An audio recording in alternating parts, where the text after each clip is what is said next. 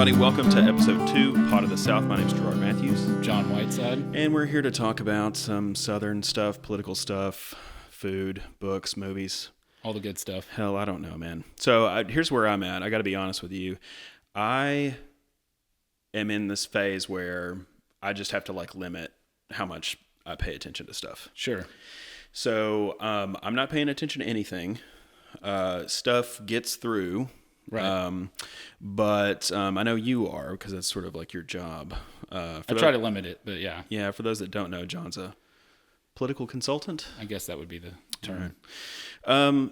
So the big story, obviously, Trump is now in office once again. Yeah. And it seems like things are just getting shitty. Yeah, and on your vein, I try to have a Trump filter where, I think he intentionally floods the zone to try to offend us at every aspect and every kind of sensibility. So I've tried to set the filter kind of high and only let the really offensive stuff in. And that's where I'm at. I think the latest thing was the bishop, at the ceremony at the Washington Cathedral, essentially asked for mercy and really kind of plead to his better angels.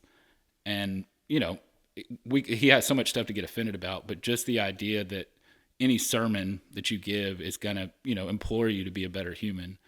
And really what she asked for was mercy from a powerful person recognizing his power and we know he's narcissistic, but the idea that in any sermon you would be like, wait, is she passing judgment on me? And then I need to respond. And then I need to do what he always does, which is punch down and send his minions to attack her. And she's gracefully responded. But I think if we want something to get excited about, that I think she's a bishop.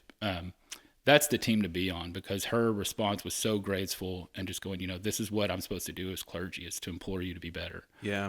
I saw a really great tweet about it that was like, hey, conservatives said breaking news. Conservatives are mad about a bishop preaching mercy in a church. Right.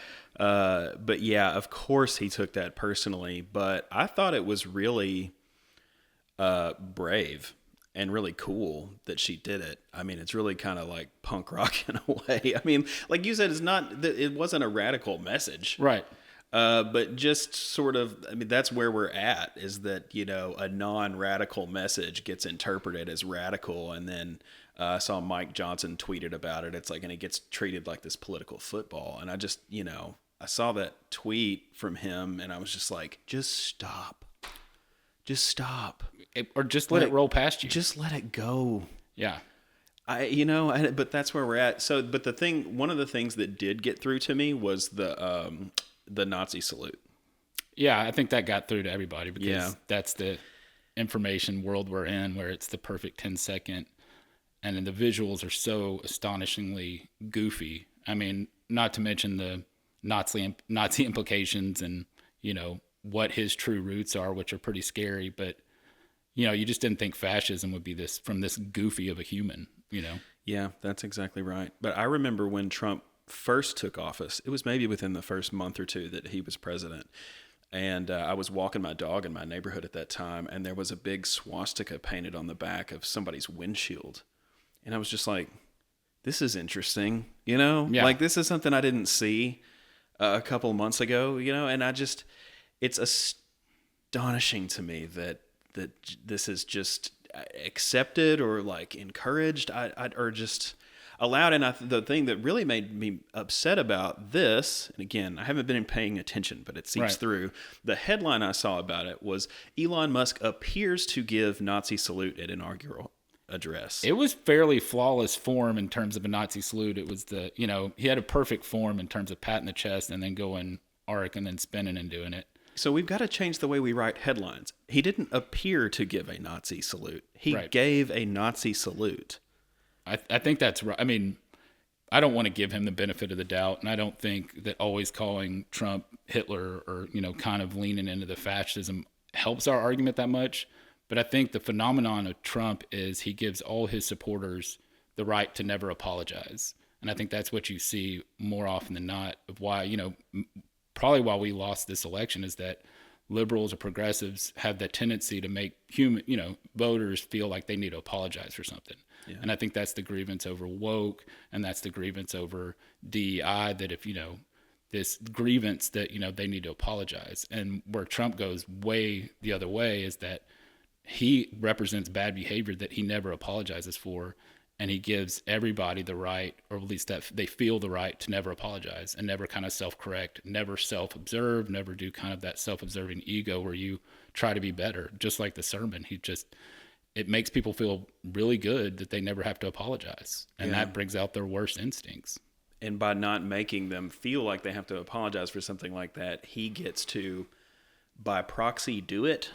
In a way, so it all still gets associated with him. But I fully understand his popularity, because it's the never apologize and lean into, that girl's hot, or this is cool and that's not cool, or let's make fun of stuff that's weird, because that's the easy stuff. And it's the mother-father debate that we've always had, that the father lets you go out and have a good time, and the mother wants you to do better, and voters rejected that. And and it's confounding, but I do think we have to keep our sanity. And like I said, turn up the filter and try to let the stuff through, or pick our fights where it really is offensive. And really, we can win hearts and minds. And I think where he can win hearts and minds is when he really overreaches.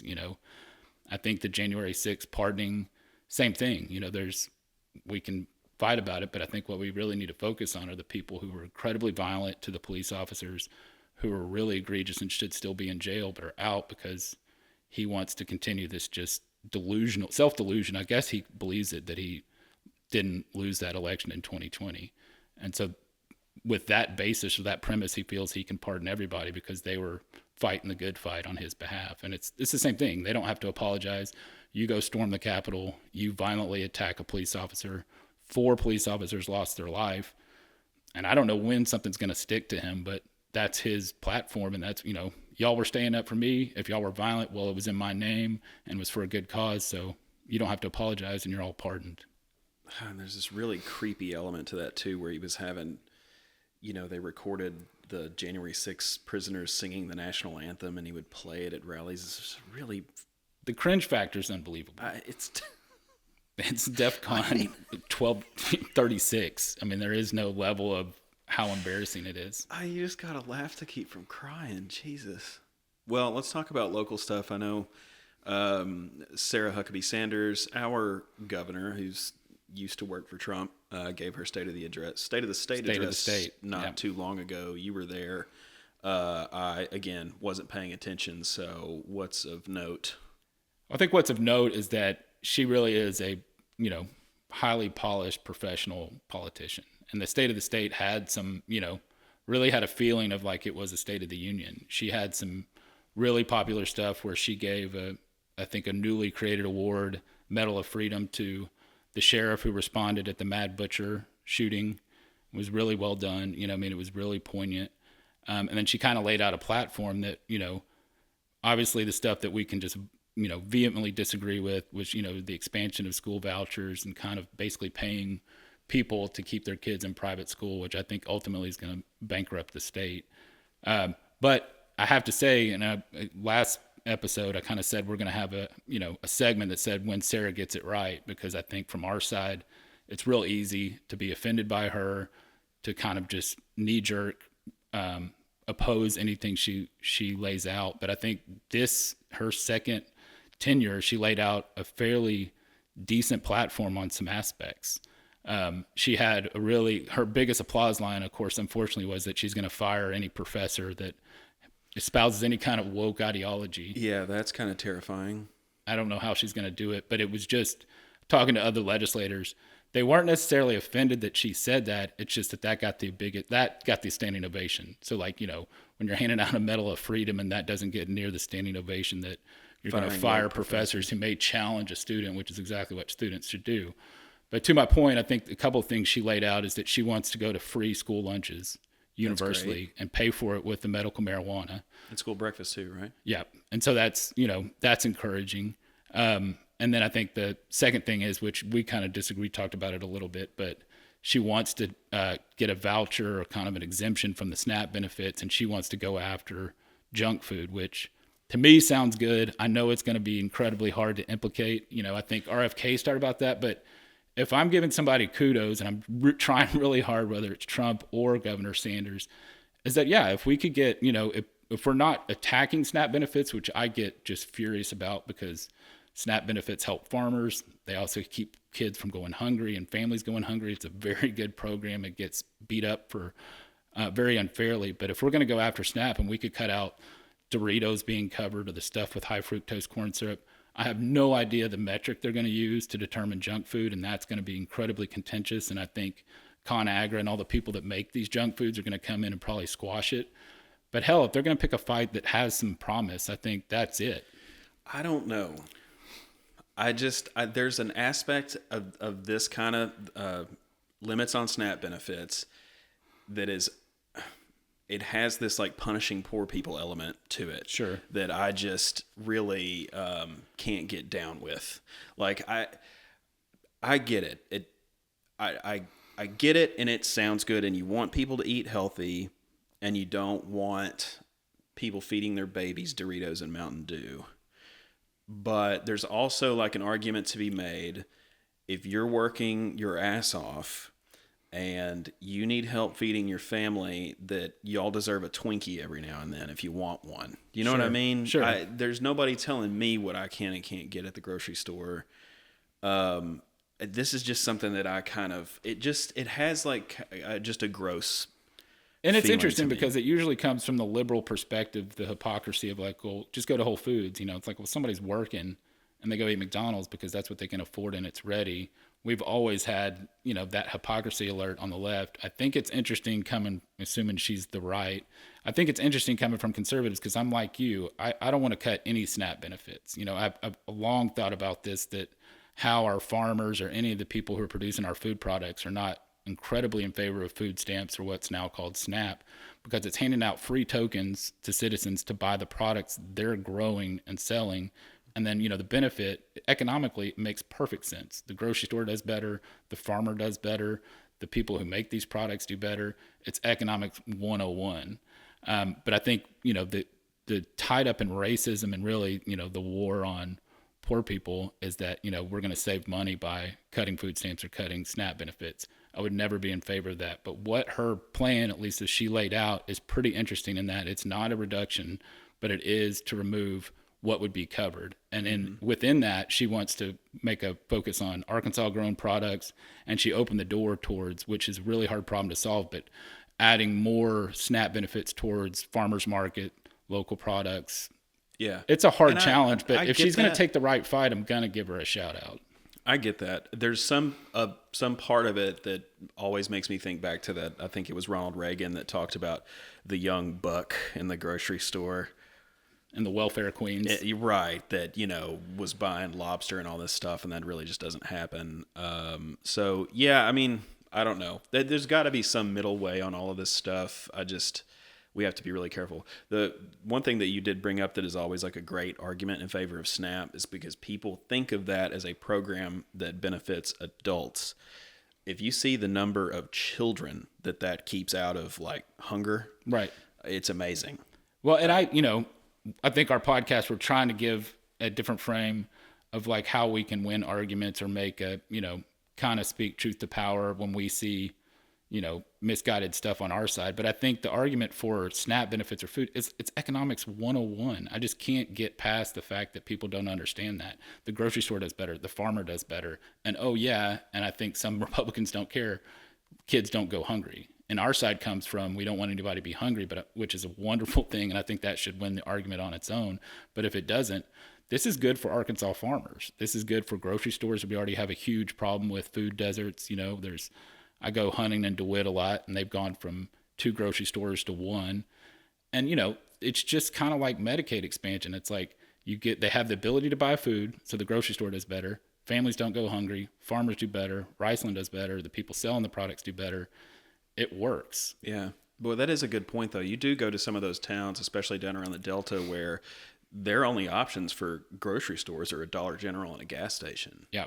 So if you limit too severely what they're able to get. Well, I think Dollar General may be the biggest lobbyist against this, you know, removing, because I can't find anything in the Dollar General that's not junk food. Well, and maybe that'll make them sell healthier food. I don't know. It could be. And, you know, like I said, I'm trying to keep my mental sanity. And, you know, I see people flare at everything Trump does, and it's justified, but it's also not sustainable from a human, exhaustion standpoint. I think people have the same problem with Governor Sanders in that she has that Trumpian ability to score political points when not necessary. And everybody just wants her to govern. Like, I totally understand when she has to make her right points, whether it's she's going to push, school vouchers or school choice, which there's a big difference between those two. And, she's going to be strong on right to life and whatever that means. I just think after she gets done with those 2 or 3 points that she has to do to satisfy her base, Tuesday, Wednesday, Thursday, I just wish she would govern. And I think her first term, and you saw that from Rex Nelson and other people who were conservatives, like, Sarah, when are you just going to be governor and not try to score Twitter political points or do that kind of Trumpian stuff? It's like, at some point, after you've owned all the liberals, let's go be governor. So if, in this second term, if she's going to do some things that we can get behind, I think we get behind it. That's true. I've heard that, and I don't think any of this is like official or like happened just yet, but that there are at least some people in that administration that care about early childhood education, which is like a really big deal. I've done a lot of work around early childhood education, just, in advocacy work, but I'm working on a project now where I've been talking to a lot of pre-K educators. And the thing about, and for us in our state where education is so shitty, it's interesting. The majority of brain development happens from 0 to 5, and all of the investment happens from 6 to 18. Yeah, I remember seeing that. So if there's something we could do there, that would be interesting to me. So I don't know. There are some It's the same encouraging thing. So things. Arkansas Learns is exactly like that. I mean, I've had fights with fellow progressives that school choice makes sense, and I've always used it when, Darren McFadden chose to go to a different school because that was the right fit for him. I used to always counsel candidates that, like, look, no parent's trying to take the weight of public education on their back. What they're doing is making a decision that they think is right for their child. And school choice can be that. And I think it should be between public schools. When you get to charter schools, it's a bit different. And when you get to where she's at, where we're paying people who are already sending their kids to Episcopal or well off, it's not that that's necessarily bad. It's just like, that's a huge waste of money when we have bigger priorities. And every state that's done it, it's ballooned the budget and it's gone crazy. But the Arkansas Learns is like that, and that school vouchers and, paying kids to go to private school is bad. But within the Arkansas Learns, there's lots of good stuff, whether it's the teacher pay raises or that Mississippi Miracle, which goes back to childhood education, which is basically you have pretty intense testing in first, second, third grade on reading levels, so you don't let people slip. And, you talk correctly about the biggest brain development is from 0 to 5. Well, if we get kids that get through, basically the third grade and they haven't caught up, they're gone. Mm-hmm. And so what happened in Mississippi really was a miracle in terms of reading proficiency. And it's just because they put some intense focus on first and second graders, and kids who were not reading at a certain level, they had an intervention. They put them in, more additional resources and got people up to speed and got, third graders all kind of on the same level. And we'll see the long-term benefits. But it really was not rocket science. It was just going, let's not let kids slip through the cracks, and let's get it as early as possible. If we could open up that argument to pre-K, I would love it, but it's the same thing. It's like Arkansas Learns has some really bad things, but there's some really great things in there. We need to celebrate it because it's going to be the law of the land, and we need to champion the good things, and hopefully we can change our mind on the bad. That's true. I just wish it didn't come from people whose like basic philosophy was that they wanted to kill public education. I mean, that's it. So we could do a whole thing about education. But speaking of the state of the state, and I wonder what kind of applause line this got. Did she talk about the phones and social media? And oh yeah, that's again, like it's not going to be a pro Sanders podcast, but she was really leading the charge on the effects of social media. And again, going back to how professional the state of the state was, she had a mom there whose, I believe, son, or I think it's son, killed himself. And in the kind of post-mortem of it, they found his TikTok account, and there were step-by-step instructions on how to kill yourself. And he followed those to a T. And, she said that as, which I think we've got to come around to, is that how devastating and how harmful it is for mental health social media is. It's terrible for my health, and I feel like I'm pretty sophisticated at handling social media and what it means, and kind of when you see people traveling or the perfect body or who's richer or who's better looking, that wears on me. I can't imagine what it does to school children. And she makes an eloquent point, like, we need to go to a phone-free school. And that's what her agenda is going to lay out, or that she wants to lay out, is that we're going to... what age? I don't know. I mean, I don't know the details, but I think it's probably through, middle school. I think high school may be a tougher font. And I haven't heard much pushback other than, if something catastrophic happened, the ability to communicate. I think that's a fair point, but surely we have enough communication tools in a school, whether it's the teacher's phone, administrators, principals, that, if something happens, we can get that. I think we can solve that problem. I don't think that's an excuse, but I think it's incredible that we go to a phone-free school learning, because I'm so distracted by my phone. We were eating dinner the other night, and these 50-year-old men, 4 out of the 6 were on their phones playing either TikTok. I mean, not TikTok, but playing word games, Candy Crush. Yeah, something. Yeah. And it was just insane. Well, I'm all for that as well. It would also make me feel good if we had some sort of cell phone etiquette class taught in schools. That'd be nice. I was at a dinner on New Year's Eve, this huge table of 8 people. This young couple comes and sits at the end, and she takes out her phone, and there's a video playing on it, and I think, oh, she's going to show somebody a video. No, she just had a hockey game out there so her and her husband could watch it as they sort of talked to everybody. And so it's just laying there on the table, and every time the screen changes, your eyes dart over to it. And it made me feel so old, because look, it took everything I had not to be like, hey, you got to put that up. See, I just can't vehemently disagree with you more. I thought it was going to be some video that they were privately sharing and she needed to share that. Of course, if I was stuck at some dinner and the Razorbacks were playing, I would have it somewhere off to the side where I could check the score. No, you wouldn't. Oh, 100%. You would not sit the phone down and watch the entire game, like play on your phone in the middle of the table. I have no idea what hockey team this was, and it's probably early in the season, so... That's the other point. Maybe it's not like the Stanley Cup playoffs. It's not the Stanley Cup finals here. It's some random mid-season hockey game on New Year's Eve with all this going on and all these people at the table. How good was the conversation? Well, I was there. Yeah. Okay. Well, maybe if you were there. But I was going to say, like, if they're playing Candy Crush or something, I was so in on wanting to agree with your story. But now that I know it's a live sporting event and they were just trying to watch it and they clearly both cared, I could be guilty of that. Put it that way. I couldn't believe it.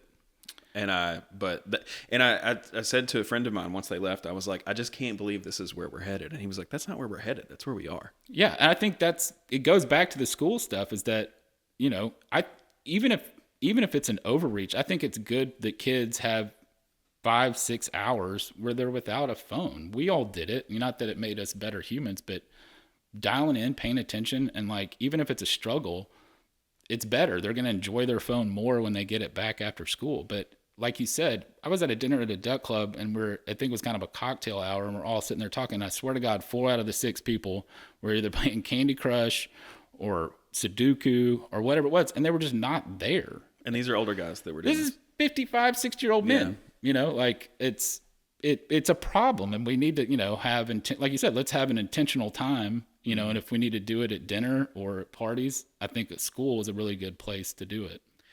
The other thing is people like having conversations on their speakerphone. Like at a restaurant or like in the aisles of the grocery. It's insane. Yeah. But it happens all the time. I love being on speakerphone. It's my preferred way, but I would never fucking do it in public. No. I mean, it's just insane that people think they're going to, but people do that all the time. We live with a bunch of narcissists. Yeah. They think their stuff is so fascinating. I decided to kind of explore the settings on my phone. Apple has all these things you can set up, a time for mindfulness or whatever. It'll send you like calls and texts, but nothing else. And that kind of, and like the limits on, you can only have these apps open for 30 minutes or something. You've always been cutting edge on that. I'm trying. But let me tell you, like the better I get at that and the more I utilize stuff like that and the less time I spend on my phone, the happier I am. I think it's inevitable. Everybody I've talked to, the less they cut out or the more they cut out social media, the happier they've been. Were you ever a TikTok guy?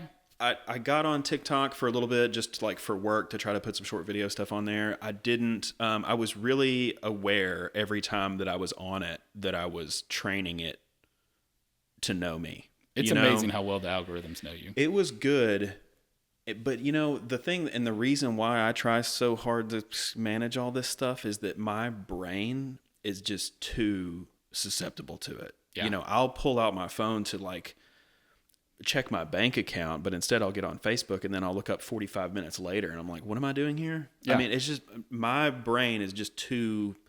I have the same thing. I have an addictive personality. I have several generations of addictive problems and ADHD. So it's just built. But that little serotonin hit you get, it's just so addictive. On the TikTok controversy, did you follow it at all? No, I don't know what's drama. what. I do know that I opened it the other day after all this settled down, and they had a badge pop up that was like, thanks to President Trump, TikTok's back. So I knew he was trying to take credit for it. I followed it a little bit.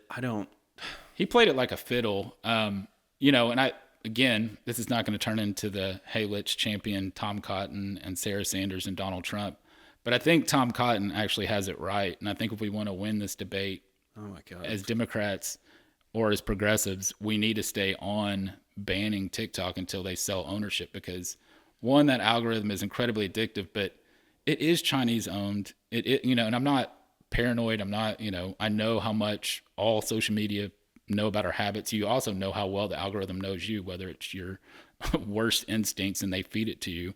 But I think the way we win the argument is to stay strong. I feel like we want to point out that Donald Trump's wishy-washy. It's like, well, no shit. If TikTok comes to support him, he's going to be for it. If TikTok's against him, he's going to be against it. But there really is a national security threat there.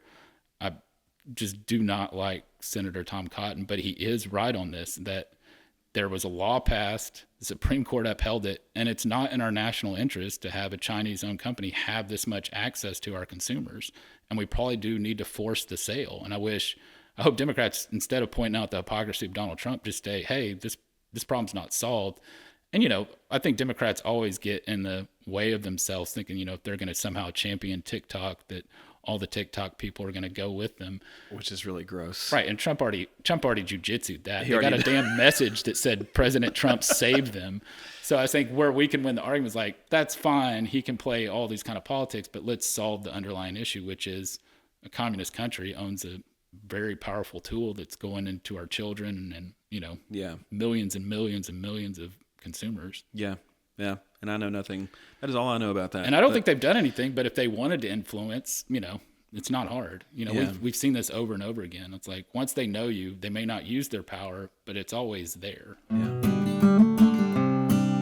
Let's talk about recommendations. We're kind of heading into the home stretch here. I've been watching a lot of old movies lately. I decided that I'm kind of tired of deciding what to watch next. And so I just bought Roger Ebert's book, The Great Movies. Okay. And I'm just kind of going down the list. So in the past couple of weeks, I've watched The 400 Blows, French film, Lawrence of Arabia, just wildly good. Okay. Have you ever seen it? I don't think I have. Wildly good.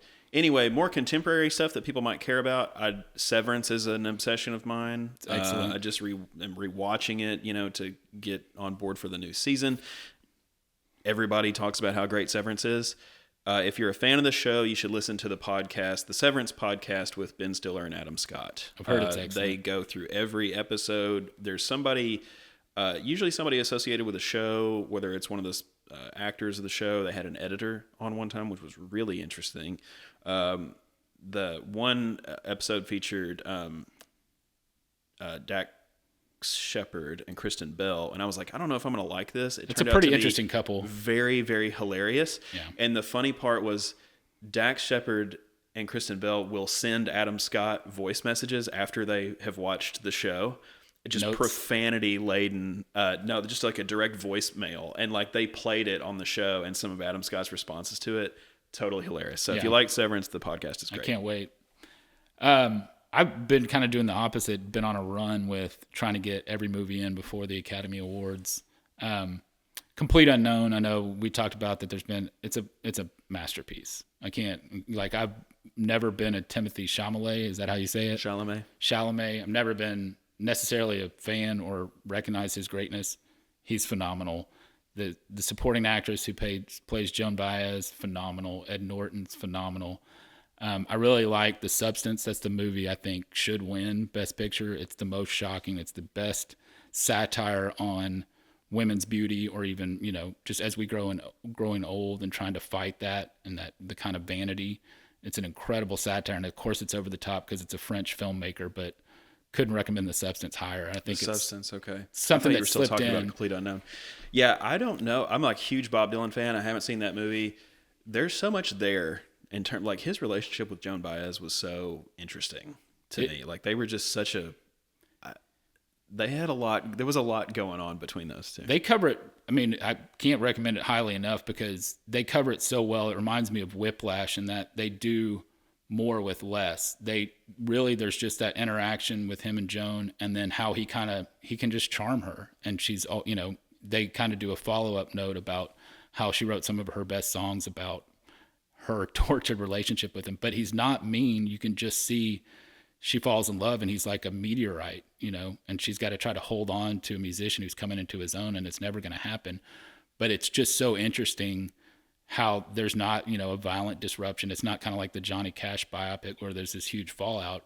It was just him kind of moving on, and I can't recommend it highly enough. But yeah, she was really like under his spell. Yeah. And yeah, so good. Okay. And they cover the Newport Folk Festival really well. How they just kind of wanted him to always be the Bob Seger type and sing the anti-war folk song. Yeah. And he's just like, I'm not going to. And there's been a really good run of movies. Challengers was excellent, and I didn't think I'd like it. And A Real Pain, which was, that's one I think you'll absolutely love. Yeah, I got to get to the theater. I'm just watching a bunch of old stuff here by myself. That's got to change. Well, that's going to do it for this time. We're going to try to get one done a little quicker. I can't promise that it's going to be next week or anything, but we'll be back with more news, reviews, and whatever else here in a couple of weeks. Any parting thoughts? Well, I mean, I would be remiss, and maybe you want to save it for another episode, but we haven't talked much lately, but I get a text from you about a catfish place in Hazen, and you seem to have a revelatory experience. Well, let's talk about that. I think maybe on the next show. I think we should have a discussion just about catfish. But yeah, I went to Big K's Catfish Bar near Hazen, which was just an incredible. From the picture, I couldn't believe it wasn't just an event. No, it's just a huge barn. And they only do this from like December to March because they use the barn on this farm, so they use the barn during the spring and the summer. And I was pretty close to you when you texted me that, so I'll have to go check it out. Yeah, Big K's Catfish Barn in Hazen. That's nice to be. Yeah. Thanks everybody for listening. Appreciate it.